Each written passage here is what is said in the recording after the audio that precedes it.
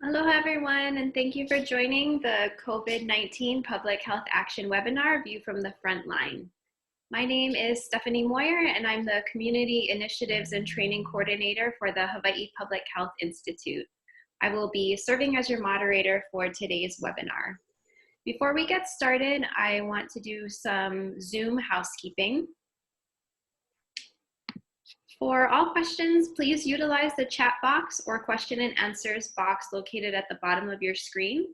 We will not be offering any continuing education credits during this webinar series.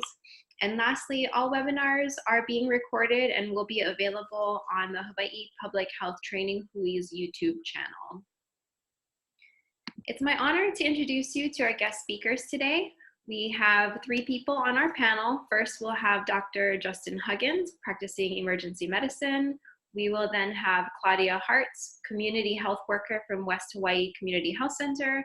And last but not least, Patrick Switzer, and he is a registered nurse. We will have each of our panelists share a little bit about their experiences on the front line during this pandemic. And we will go ahead and get started with Dr. Huggins. So happy to turn it over to you. Hi, everyone. I hope you can hear me okay. My name is Justin Huggins. Like she said, I work in an ER here on Oahu. And I do just want to make a quick disclaimer that these views are my own kind of personal views. They're not intended to reflect my employer or my hospital. But hopefully you find some insight from them. Obviously, COVID-19 is a tremendous problem and a source of immense anxiety for a lot of people right now. So I jotted down a few thoughts just to kind of help me stay organized, hopefully minimize some of my rambling. So I think it's important too, just to give some quick context of what we're talking about. I think the numbers that a lot of us heard yesterday nationally are pretty staggering. We're talking about projections of hundreds of thousands of people dying, which is obviously going to be a tremendous burden for our country, for healthcare workers, for kind of everyone involved. So I know it can feel very overwhelming. I think it's useful to look at our state's data to get kind of some perspective on where we stand here in the islands. So we've had about 224 cases as of yesterday evening, most of them on Oahu, but again, the neighbor islands have not been spared and will encounter this as well. And new kind of grim milestones seem to occur on a daily basis too. So yesterday we learned of the first death from COVID-19. There was a positive result on flu negative community swabs. So that was also announced for the first time yesterday. And then it came out that there was an employee at one of the main hospitals here who had tested positive for the virus. So it is certainly here. It is spreading in our community. And I think it's important to know that what we do now and what we continue to do for the next several weeks is going to have a huge difference in kind of mitigating our state's impact from this. I think it also is important to note that it's going to get worse before it gets better. So it's going to feel like some of the steps we've taken have been futile because they're not paying off immediately. But I would just say it's important to kind of not let up on the things that hopefully all of us are doing in terms of sheltering at home and socially distancing ourselves. In terms of kind of my preparation, my hospital's preparation, so I've been fortunate. We've been preparing for weeks now to kind of make sure we're best positioned to handle the surge in cases and patients that we're anticipating, really to begin in earnest this month and to continue through May. So our state's peak is kind of currently projected in early May, around the 2nd or the 3rd. So we still have 4 weeks of watching this ramp up, watching this unfold around us. So I think in terms of what we've done in our ER, so like a lot of hospitals, we have a tent set up out front of the ER, which is designed for sort of the walking well, so to speak. So patients who may present with mild symptoms, may be seen and treated exclusively in the tent, and that's by design, right? So that's intentional to keep, you as a patient out of our hospital to preserve space and resources within our hospital for patients that may require that. And certainly, if you don't have COVID-19, if you're being seen in the hospital, we don't want you to pick it up from the facility So there are measures kind of in place to protect you, I should say. We've also kind of redesigned our triage system. So from the moment people hit the emergency department, we've changed our physical space in the department. So we have a dedicated respiratory zone with isolation rooms. Of course, across really the system, elective procedures have been postponed and canceled to kind of free up resources, to free up staff for kind of this surge we're anticipating. And of course, visitation has also been severely limited at most facilities as well. In terms of kind of a short story about what we've seen, my own experience, so we've seen multiple presentations of the coronavirus, of COVID-19. The challenging part of this virus is that it kind of varies from one end of the spectrum, which is people who can be asymptomatic or minimally symptomatic, to the other end where people can get quite ill. And those are the people that you're hearing about who require intubation and mechanical ventilation because they've developed severe respiratory distress and respiratory failure. By and large, the common symptoms, so dry cough, fever, muscle aches, diarrhea, headache, all of that, can be part of this, but certainly that's not an exhaustive list of symptoms. And again, many people can have no symptoms and still spread and carry the virus. And then without getting too specific due to privacy laws, but we've had experience at my own institution with critical illness from this. So multiple patients have required intubation, have been put on ventilators. There was a local man who was featured in the newspaper here after his family chose to go public with his experience in an effort to kind of spread awareness about this.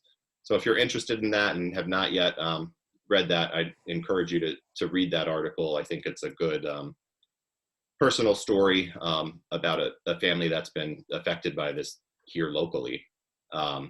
We know certainly it's capable of causing severe pneumonias, bad lung injury in patients of all ages. So including young and healthy patients, patients who don't have medical problems, who don't take medications daily.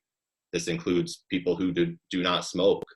And typically for these patients and what I've seen, it'll start as sort of a usual cold or flu-like illness. They may be sick for a week.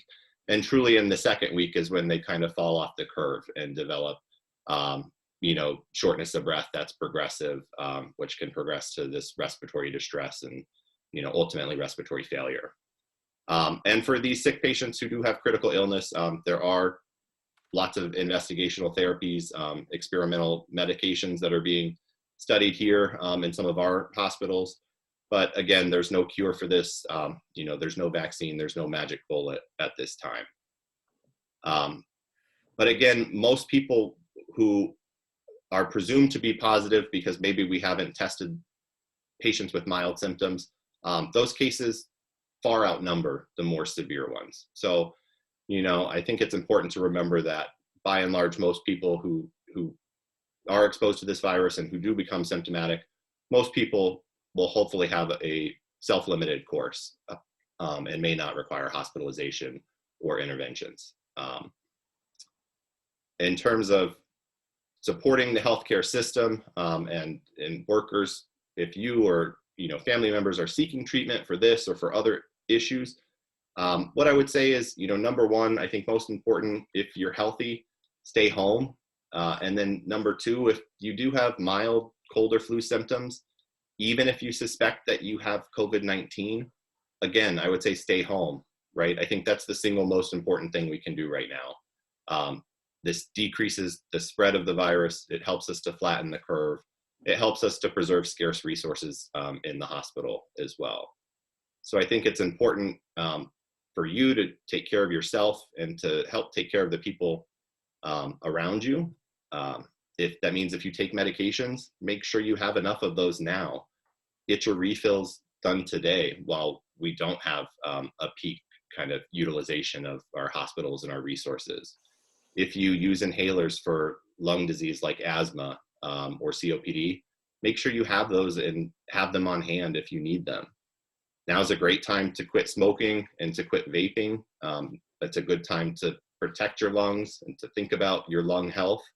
And then sort of do the usual things that everybody often talks about, right? You want to take care of yourself by eating well, exercising, going outside for a walk, and trying to sleep well. Lastly, I would say it's really important that everybody's extra judicious in their utilization of really the healthcare system as a whole, but especially the emergency department right now and during the next 1 to 2 months.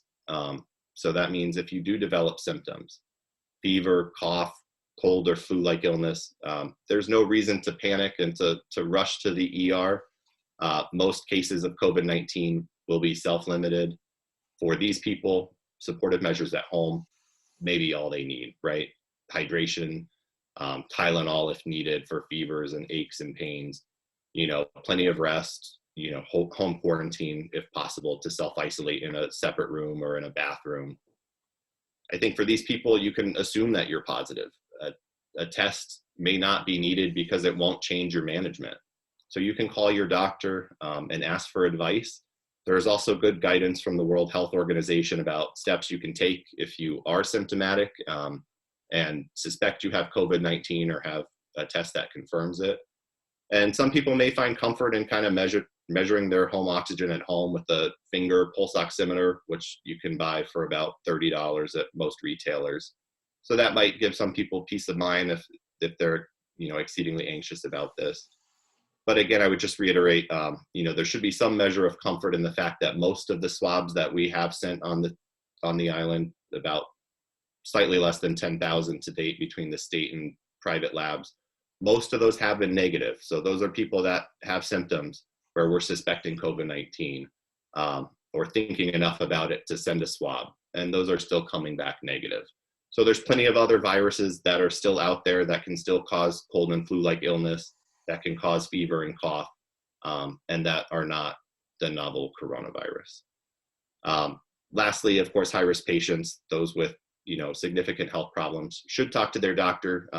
These are the patients that may need testing, and then those with alarming symptoms. So if you develop shortness of breath, if you do check your oxygen and it's low, less than 90% at home, if you're having chest pain or persistent vomiting or confusion, those are the people that should come to the emergency department and seek emergency care. Of course, there's a huge weight and a burden on healthcare workers. At this time, what can be done to kind of support that and mitigate some of these efforts? I would say it's again the simple things, like not to be trite, but be kind and be patient. Spread aloha. Many people did this Monday. It was Doctor's Day, and I know at my ER, we had a lot of people from the community that somebody brought everyone in the department gelato. Ted's Bakery brought us all pies. Lowe's donated a bunch of supplies. So those types of things are certainly a morale boost for all of the people that work in the ER, for the nurses and doctors and techs. But things that you can do are simple. Just check in with healthcare workers in your life. Reach out to your friends and family. Don't stigmatize them for where they work. Understand that we're all anxious. We're all taking precautions. A lot of people are showering at work now and changing at work, leaving shoes at work after spending 10 or 12 hours in PPE all day. Some people are isolating away from their families. A lot of nurses that I work with may have newborn children. So their anxiety is palpable and it's real. And I think we can just kind of be human and understand that, as this unfolds, we need to have patience and kind of adapt as it progresses. And then I would say to people, I think it's important to understand that how you access healthcare and how you receive care in this time, it might be different than what you're used to. There's certainly going to be an increased amount of phone and telehealth visits. If you're asked to wait in the emergency department, consider that a good sign, right? That means your vital signs are less scary than somebody else's who may need more intervention more quickly. So now's not the time to have a first come, first serve mentality in the ER. And then I think it's important too to just think about the numbers here in the state compared to nationally. We're still projected to have about 400 deaths based on the current data. So that's still a lot of people. And again, that assumes that we keep the measures in place that we have now. So I would just reiterate, now is not the time to let up in terms of what we're doing with social distancing and sheltering at home and minimizing our exposure to people. And then the best way to protect frontline workers, again, I think really the simplest, best way is, it means making sure we have the tools we need to do our job to be safe and effective. For me, that means we should have adequate personal protective equipment, and we should support people, doctors and nurses, et cetera, who speak up for it and demand it. I think that means making sure we have, appropriate resources in the hospital, having enough intensive care beds and ventilators for patients that may require them, because it's projected even here that we may have shortages of those things. Today it came out nationally that the U.S. Strategic National Stockpile is depleted. It's essentially empty, and we're not yet at the peak of this pandemic. So for me, that news is tremendously alarming. Personally, and I know a lot of my colleagues may share those sentiments. So I think it's just important to realize we can't do our jobs effectively. We can't keep ourselves safe and protect our patients without personal protective equipment. Not that it's, any one individual's problem to solve, but I think it just speaks to the fact that there's a role for government at both the state and federal level in this response.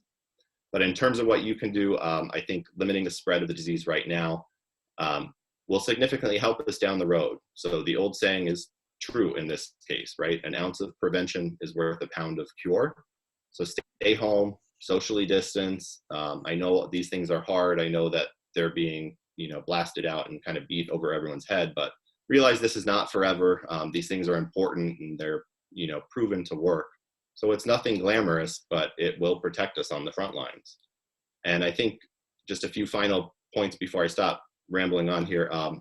But I think good advice in general, especially now, is just to be clear-eyed, right? Understand that this is serious. At this time, we should all get our facts from reputable sources. We should be skeptical of claims that sound too good to be true. There's lots of scam cure-alls that have no proof behind them that they work. So I would say don't take advice from politicians on either side of the spectrum. Right now is the time to listen to the experts, to listen to the doctors and the epidemiologists who do this for a living. Personal things you can do, right? Get your flu vaccine, especially this fall. A lot of people are theorizing that we may see a resurgence of the coronavirus and COVID-19 in the fall if it becomes seasonal. So we should vaccinate our children, right? We should all be first in line to get this vaccine when it's available. And then the final thing I'll say is that we just should not forget this experience, right? It will pass at some point. And when it does, we should remember it. And we should all demand good preparation and good funding to help avert the next epidemic, right? Our stockpile should be stocked. When we see warning signs crop up, we should mobilize early and not delay. We should always ask tough questions, but we should ultimately trust the science and the data. So anyway, I'm probably over the time I was supposed to take, but hopefully that was helpful. Thanks for kind of listening, and I'll hopefully take questions later if there are any. Great, thank you so much, Dr. Huggins. For those that joined in late, I just want to remind everyone that we are taking questions in the chat box as well as the Q&A box located at the bottom of the screen, and we will get to those after everyone from our panel has shared their stories. So next, I'd like to introduce you to Claudia Hartz. Aloha, everybody. I'm going to share a little bit of Frontline as a community health worker.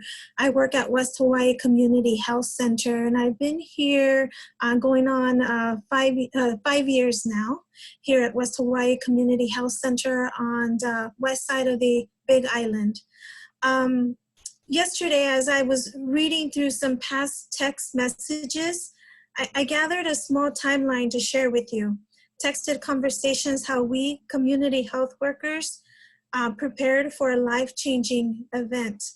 I scrolled back to January 21st, the date the CDC Centers for Disease Control confirmed the first coronavirus case in the United States, it was still unclear to me as a community health worker how this virus was spreading between people. My team continued to work, preparing for outreaches, preparing for youth group boutique, school events, an annual health fair that we partner up with the Lions Club, a few exchanges of I'm running late, be there in 5 minutes, parking my car. Then on February 25th, I decided to take that health topic, coronavirus, to Kona Paradise Clubhouse. I included a YouTube video preventing COVID and a flyer printed from the CDC website. I had a total of 10 members were present. First time I've ever spoken about coronavirus. I was unsure at the time how COVID would affect our everyday life. 2 weeks later after that, March 10th, I noticed our IT department testing Wi-Fi connectivity in the parking lot. My brain went, Then on March 12th, my department was asked to translate a screener, a form, and immediately translation into our top 2 languages, which are Marshallese and Spanish. Then on the 13th, CHWs were assigned to the entrance of every WHCHC clinic to screen, to ask people coming in if they're running a fever, coughing, difficulty breathing. We learned a new skill, how to take temperatures. On March 19th, I went out, this was before I learned about social distancing. I went out to the coffee farm to talk about COVID and explained social distancing in the coffee farm, in the coffee fields. We had 85 workers that day, 6 feet apart. I had both Thai and Spanish and English speakers. Our work responsibilities have changed a bit. CHWs are frontline at WHCHC. We screen patients coming into the clinic with symptoms, and with symptoms are directed to go to the triage tent. CHWs on all 4 of our locations. Our COVID tent is located in town, in Kona. There really wasn't a way to prepare for COVID. No advanced training or a toolkit, but as CHWs, we're always reading, researching, sharing with other CHWs, and most important, we know a lot of people we can go to for advice and guidance. As of yesterday, WHCHC has currently tested 148 patients, 107 negative and 1 positive. What I've seen on the front line, some worried clients, some worried community members, worried and a stressed community health center that only has 2 weeks of PPE left. I've also seen patients that are happy to see us out there and thank us every day for the work that we do. Our CHW phone lines, our cell phones, work cell phones, calls coming in from English limited speakers calling to set up appointments to be screened. People that fear that a pass or a medical note is needed to be able to get to work and back home. Our CHW enrollment specialists speak with clients on phone and video to assist those recently laid off from a car rental company and need medical insurance. I've seen the flexibility that my coworkers have, the first to volunteer to help nurses and doctors. I've also seen the running late text messages have lessened because we are working together and people are depending on us. I've seen a lot of our local organizations coming together with resources for patients. There's email with 89 plus organizations on it, helping find food boxes for students out of school, school supplies, how to support your CHWs, or CHWs support our healthcare system by sharing updated information with vulnerable communities we serve, and we have the trust from the communities we live in. How you can support the well-being of frontline workers and CHWs is please help support the well-being with daily check-ins, motivational quotes, and the elbow bumps. Our supervisor starts every meeting and huddle with a motivational quote or a song. Residents of West Hawaii have made and continue to make fabric masks. Local restaurants have donated food, and our neighbors have brought in gloves, Clorox wipes, and some N95s. On a positive note of COVID, I am working with nursing staff and doctors I have not had the opportunity to work with until now. And I've also gained the new skills and knowledge. Thank you. Thank you so much, Claudia. That was beautiful. All right, next we'll turn it over to Patrick to share his experience as a nurse. Hey everybody, I'm Patrick Switzer. I'm a nurse at one of the hospitals here on Oahu. And like Justin, I'm not representing my employer. I would say if anything, I'm representing my union, the Hawaii Nurses Association. So I work in a variety of locations in the hospital. I work in the emergency department, in the ICU, and then also in the non-critical care units. And I've also been talking with my colleagues that work at the other facilities around Oahu to try to give a balanced perspective on what's going on. And like Justin mentioned, to now it's a slow burn. We're not seeing a lot of positive cases, and that's a good thing so far. So it feels like we're kind of in this horror movie where you're waiting for the monster to show up. It could be behind any door, and you're just waiting for the other shoe to drop. But in the meantime, we're using that time to do drills, and we're thinking about the logistics and what we're going to do, hopefully, if we can keep the lid on it and maintain capacity, and then also what we might do if we do get overwhelmed, which we've seen in places like Italy and unfortunately right here in the US and New York. So again, Justin mentioned some of the stats. I think it's good to revisit those. In Hawaii, we've got a little over 200 cases right now, but out of those, only about 10% have required hospitalization. But the numbers don't tell the whole story. You think 20 hospitalizations spread out over all the hospitals of the state, no big deal. But because the symptoms are so non-specific, a lot of people showing up for all kinds of different complaints in the emergency department have something that theoretically could be COVID, right? Fever, shortness of breath, dry cough, nausea, vomiting, diarrhea. So what we have to do is we have to treat every single one of those people as if they do have the virus. And what that means is it slows us down big time. So whereas I used to be able to effectively care for 4 or 5 people, no problem, all of a sudden it takes 3 times as long to do any sort of patient care because the time it takes to put on the PPE, and hopefully you actually have an N95. You know, not all the facilities do, so sometimes it's just a surgical mask, a plastic shield, and then a gown. And hopefully the gowns, you know, we don't run out of those either. And we're coming up with alternatives for all of the scenarios in which we might actually run out of this important PPE. So from the patient's perspective, what this means is that your experience in the hospital right now is totally different. You don't have your family with you. You don't have your loved ones with you because we've had to cut out visitors, right? Because we can't afford to be vectors of transmission. We have to keep the public away from the hospital as much as we can. They feel more isolated because it takes us time. It takes the nurses more time to get in and out of the rooms. So I'll tell just a brief kind of anecdote. This is not a real person. This is kind of a conglomerate of information of different patients that I and my colleagues have treated. But let's say I come in and I'm on a non-critical care unit. I take report on a lady who got admitted last night for rule out of COVID. So she's 75 years old.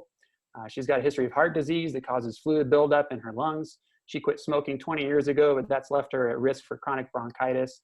And she came in last night with shortness of breath and a fever. Right, so we're doing all the treatment that we normally did, plus we swabbed her for COVID, and we're still awaiting the results because the lab turnaround is several days at this point. So this lady who might be normally pretty mentally sharp because of the low oxygen levels in her bloodstream, she's confused and she can't understand why it takes us so long to get into her room to help her.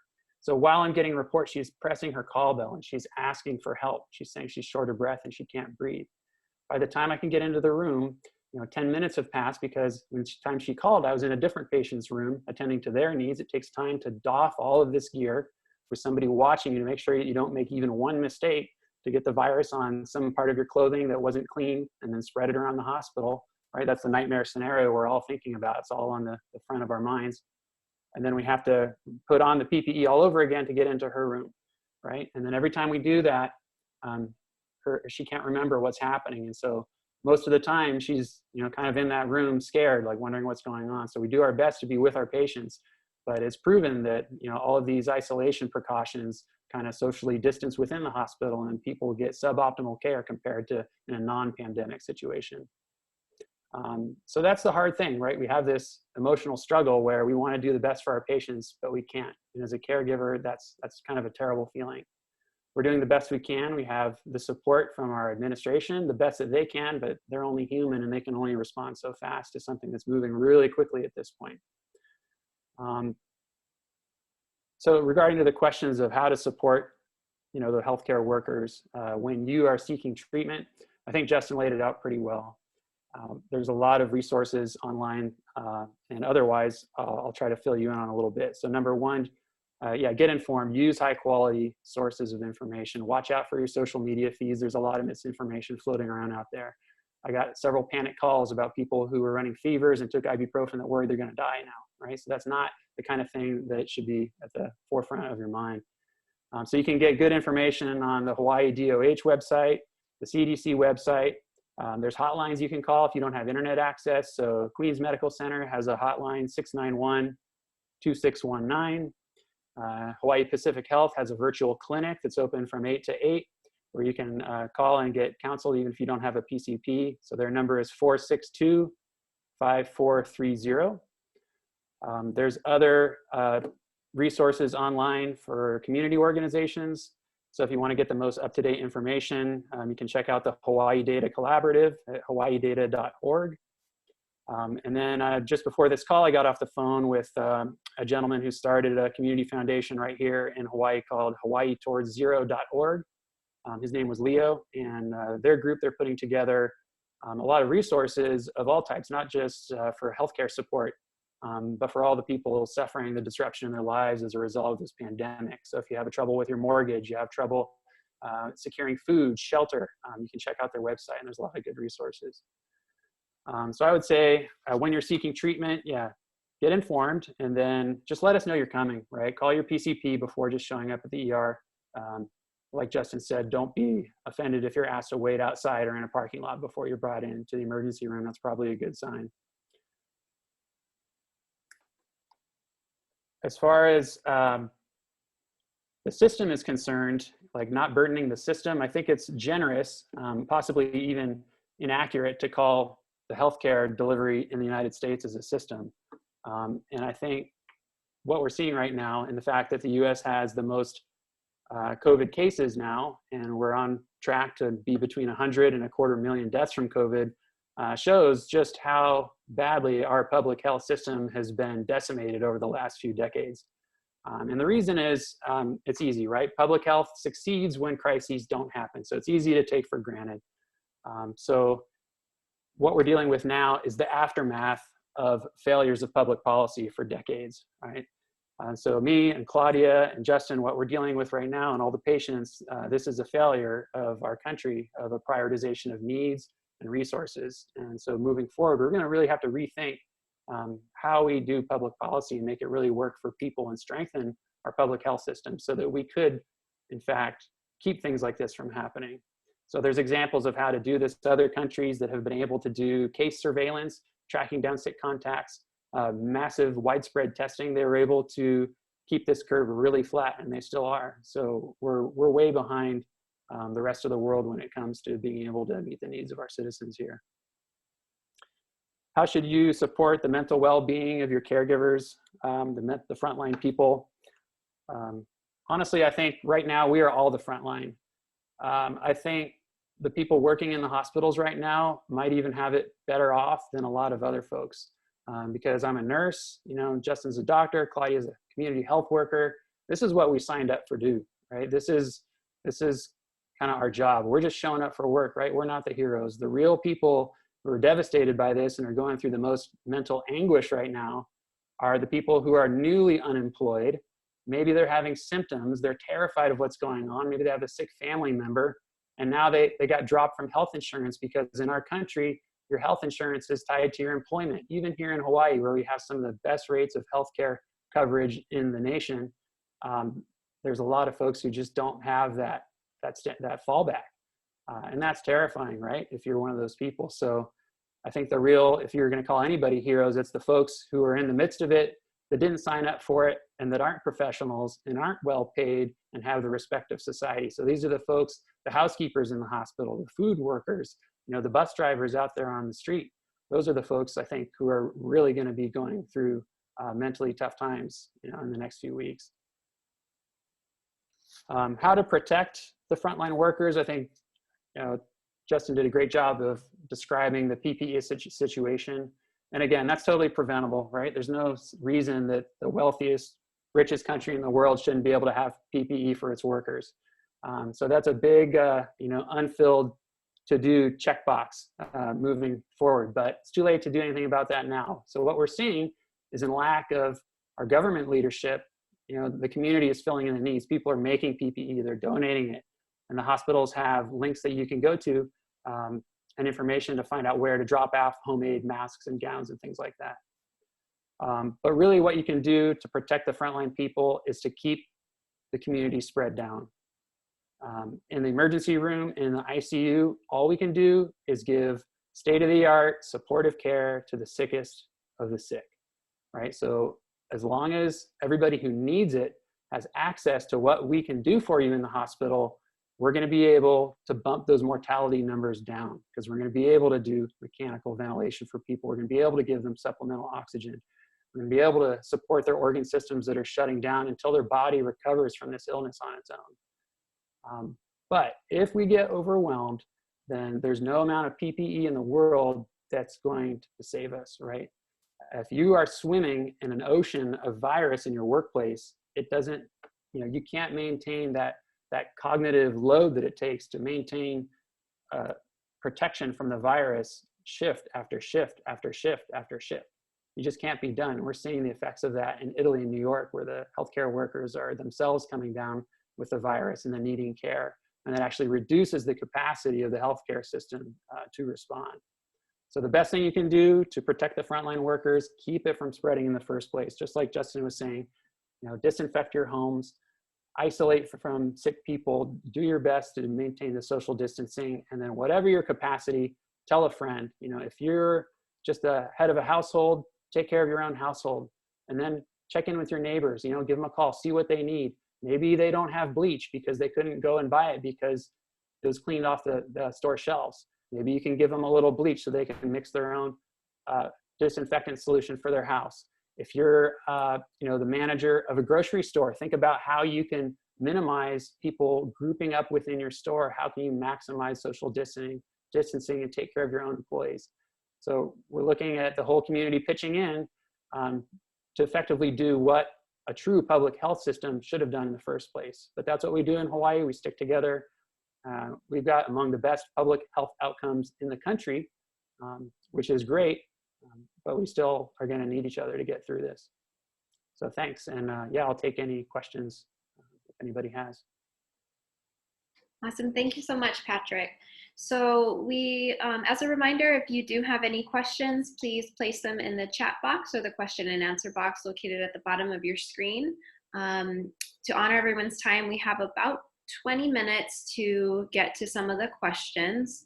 I will ask our panelists so that Maka can spotlight you. If you feel like you haven't answered, you can please state your name and then help answer the question.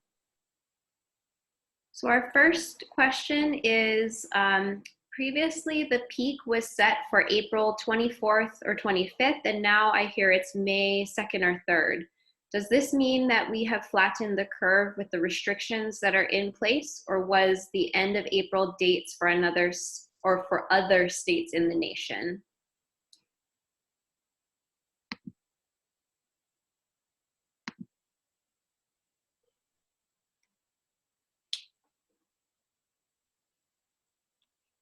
So I think I'll take a stab at it. So I think, some of this is just as we get more data, right, these curves become more reliable, more accurate in terms of projecting this. I think there probably is some, it's early, but I think there probably may be some good news in that. We may have, blunted this, right? The goal is to prolong this over, months as opposed to weeks, because the peak is what we're all worried about, because we'll have a ton of people trying to access care in a short interval of time, and that could, overwhelm our systems.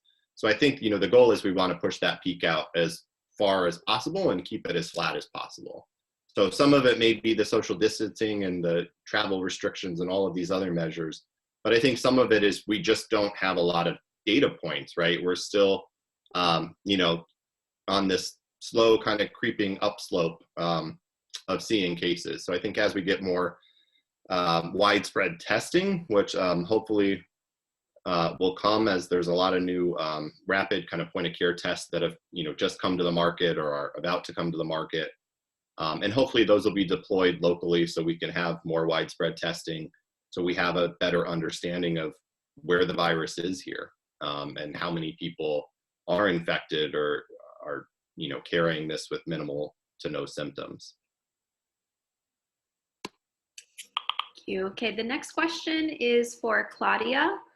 As a CHW, how are you sharing the information with the community, and what platform are you using? So sharing information with the LEP community or English as a second language, it's important to reach out to community leaders, to get to know the community leaders for that community. So for example, getting to know who your Spanish leader is, Marshallese leader, Krishayan leader. That's the best way to get the information out. Using also platforms, for example, like Zoom, Facebook Live. We've been able to use that. On Sunday, there'll be a Spanish community meeting, and we will be using Zoom to keep the social distance. And I think the best thing to do is reaching out to the community leaders and asking who those people are. That's the best way to get messages to the rest of the community. Thank you, Claudia. We have a testing question. So any comments or thoughts on the current level of testing? Is it enough? Is it not enough? Are there plans to increase it? And the second part is, why do the results take a few days or even weeks to come back, other than the large influx of test samples? So I think some of the delay in testing is that part of that is a location. Part of that is a location thing, right? We're out in the middle of the Pacific Ocean. So a lot of these samples do have to go to the mainland for processing and testing. And so that unfortunately delays results. We, recently do have more rapid tests that have been deployed in the hospitals. But again, there's shortages with testing. So there's shortages with the actual swab, with the actual reagent that's used for these test kits. So there's just, essentially it's been a resource limitation. And I think that's the truth of it.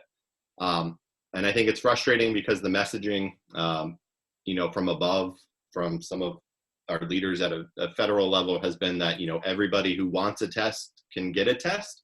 And that's, plainly not the case, right? We've done, fewer than 10,000 tests here in our state, which has, roughly 1 million people.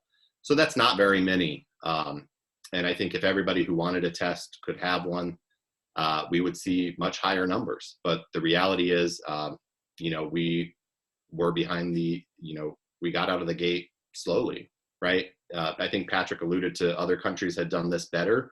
So South Korea and the United States, had their first positive case on the same day. And South Korea has been one of these countries that's done a phenomenal job of widespread testing.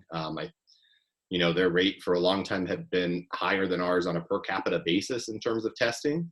And they're one of the countries that were able to, really mitigate this and keep the curve flat, and they've sustained that.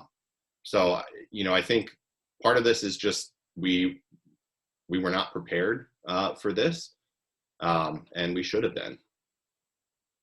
But again, there are, new tests that are coming to the market. So I'm hopeful that, as we get more of these rapid point of care tests that will have better answers and quicker answers, for patients that need it, especially. So those patients that need to stay in the hospital or, need ICU level care.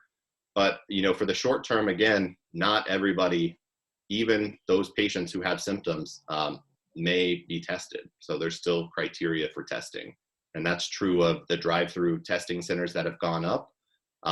Thousands of people have shown out for those, and, they've tested hundreds. So again, that's not everybody. And those are people that want tests and, may have symptoms.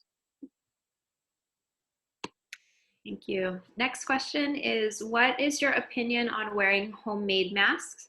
Other face masks should non-healthcare but essential workers, example, grocery workers, kitchen staff, or nonprofits also wear masks? And what about the general public? I'll take a crack at that. So the CDC is actually on the verge of recommending that everybody wear a mask if you're outside the home. Is there evidence to support that? No, but if you just think about it from a logical standpoint, think about how this disease is transmitted, okay? Just like the flu, it's spread by droplets. So you cough, that flies 6 feet from your mouth, lands on somebody else's face, they can inhale it, it latches on to these little cells in your respiratory tract, and then you have the virus from that. You can also touch something with your hand that somebody else has touched and then touch your face. So we call that Faux Mite transmission, right? Where the germs are just sitting around, they can live for days, a long time, especially on like metal or plastic. And then you accidentally wipe your eye or you pick your nose, and then all of a sudden you just infected yourself with the virus. So masks can do a couple things theoretically to break this chain. Number one, if you do have the virus, and the data now is showing that maybe as many as 25% of the carriers of the virus are totally asymptomatic, right? And so if you cough on something and then you catch it in your hand and then you open a doorknob, you just contaminated that doorknob. If you're wearing a mask, it's going to prevent those droplets from getting out into the environment. Number two, the mask prevents you from, makes it harder to touch your own face, right? For a fun little exercise, sit there for 5 minutes while you're talking with somebody and have them watch how many times you touch your face. It will shock you, right? It's terrifying. And if you're wearing a mask or gloves, that just interrupts that unconscious touching of your face that we do all the time, right? If you're not a healthcare worker, where you're trained specifically not to do that. So yeah, I think homemade masks, there's definitely a role in the community for making those available and for wearing them. You just have to be smart about it, wash them, disinfect them, use them in a hot dryer so you can reuse them again. Thank you. Next question is early detection important for those who are asymptomatic?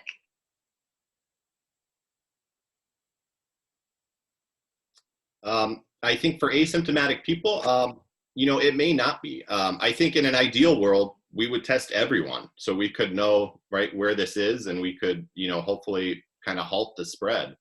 But our reality right now is that we're not there, and we can't do that logistically. So, realistically, for asymptomatic people or even those with minimal symptoms, I would say it probably, at this point, would not be terribly helpful or useful, and it may just use up some of these limited tests that we, have access to right now for somebody who may be sicker and, may need that answer to either enroll in a clinical trial, for some of these investigational therapies, and to kind of help, actual healthcare workers, care for these patients.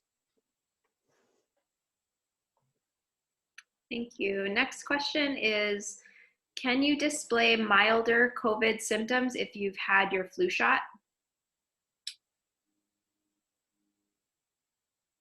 I don't think there's any good data on that. They're separate viruses. So I think if anything, the flu shot may mitigate some of the strain on the healthcare system in terms of influenza, and it may, lessen your immune response and the symptoms you have to the flu, but I don't know if there's any, cross-reactivity with this virus. Okay. Next question is, for those who live with elderly, more vulnerable individuals, what precautions should we take when at home?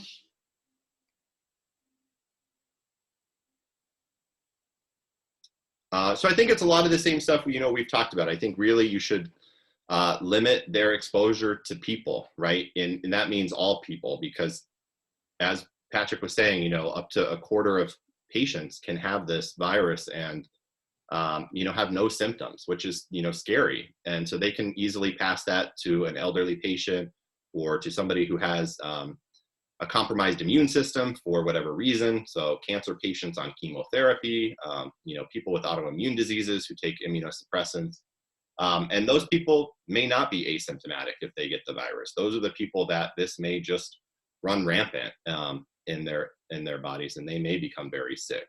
So for old people, I would say if limit your exposure for the short term, make sure they have their medications on hand, diligent hand hygiene, like Patrick said, try not to touch your face, try not to, touch people unnecessarily. But I think, doing all of these measures that we've talked about, staying at home, they should not be out at the stores if possible. So that's another, great idea Patrick had about reaching out to your neighbors.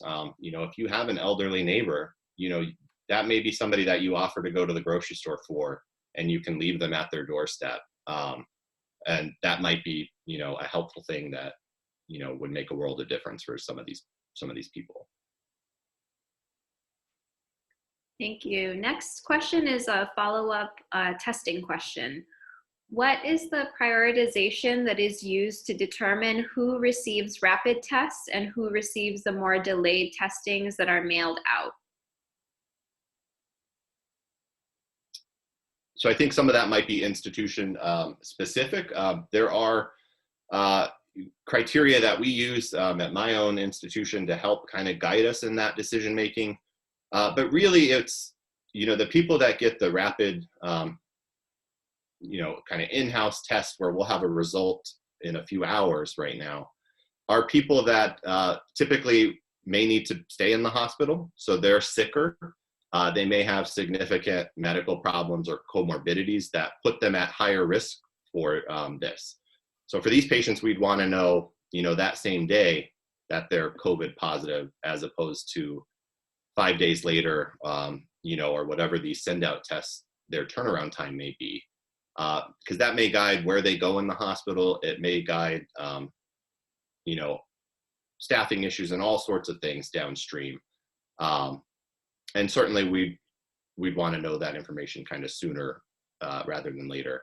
Certainly for patients that may be, come in severe distress, may be intubated, put on a ventilator. Like I mentioned, there are investigational medications. So there's an antiviral drug that's being studied right now in clinical trials. And part of the enrollment for that is you have to have a positive test result. So we would want to have that information sooner so that we could potentially enroll these people in a medication that may have a benefit in their outcome, right? It may decrease their chance of dying from this. So for those people, we want that information more quickly. So, if there is a experimental therapy or an investigational therapy that has some promise in early data, we want, those people to enroll if they're willing and eligible. Awesome, thank you. So this is going to be our last question, and I do apologize to those questions that we have not addressed on the webinar. We at HIPHI will do our best to get those questions answered after we close the webinar today. But question for all panelists, and if you each want to take about a minute to help answer this, are you also seeing uninsured patients requesting medical attention related to COVID-19? And how are your facilities prioritizing who needs medical attention? This is Claudia. So here at West Hawaii Community Health Center, we have a sliding fee scale, and the patient qualifies, then there is a low cost for the test. I'm not sure how much that is because it all depends on the patient's income. It's a sliding fee scale, so they receive a discount.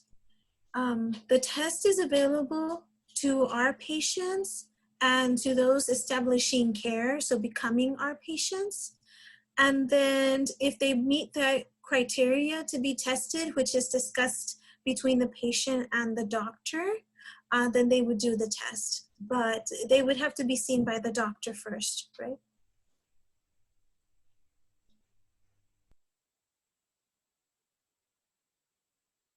Yeah, this is Patrick.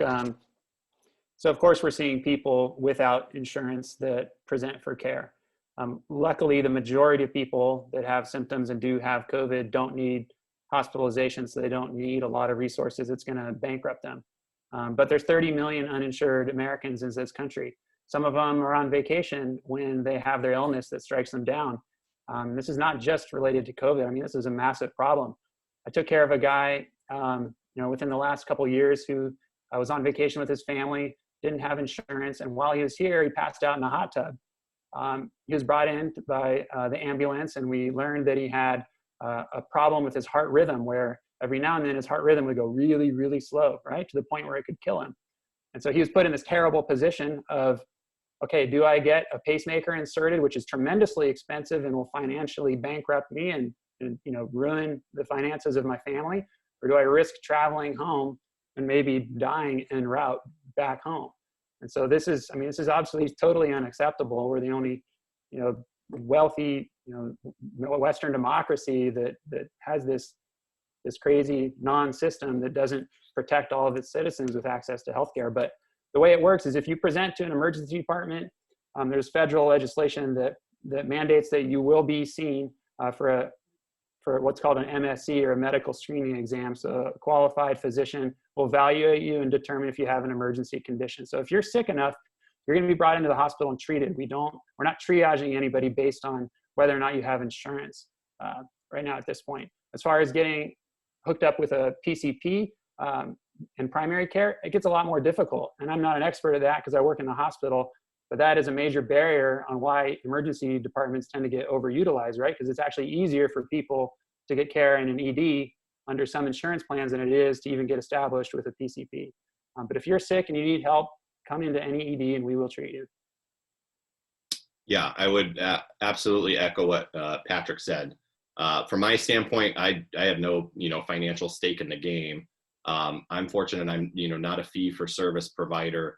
I typically have no idea what my patient's insurance status is. Kind of the last thing I pay attention to, like Patrick said, if you're sick, especially if you're critically ill, that has absolutely no bearing on the care I'm going to give you. And again, we don't treat patients based on, their ability to pay. We do have people in the department, in the hospital, whose job it is to provide, financial counseling and who know, all of those kind of finance questions, and they can certainly help these people that, are uninsured or underinsured, and can hopefully, get them access to state programs and even federal programs if they qualify. But again, Patrick, makes great points. If you're sick, if you're having alarming symptoms like we talked about, certainly, go to the ER. But it can be hard, like he said, for, these patients who just, need advice or just need a primary care doctor to call on the phone. You don't have health insurance, you don't have that. And so the emergency department might be your only resource. But again, there are hotlines that were mentioned earlier, and I think that's, a good starting point for some people who have minimal symptoms or just have questions or other, concerns. All right, thank you everyone for sharing your thoughts on that final question. I just want to take the last few minutes to say mahalo to all of our panelists today, Dr. Huggins, Claudia, and Patrick. Thank you so much for taking time out of your busy schedule to be with us today. Thank you to all the attendees on Zoom for joining us, and special thank you to all the HIPHI staff behind the scenes helping me out to make this webinar go smoothly. I do want to remind you that this webinar is being recorded and can be viewed on the Hawai'i Public Health Training Hui's YouTube channel. And lastly, please mark your calendar for next week's webinar. It'll be on Wednesday, April 8th, same time, 12:30 to 1:30 p.m.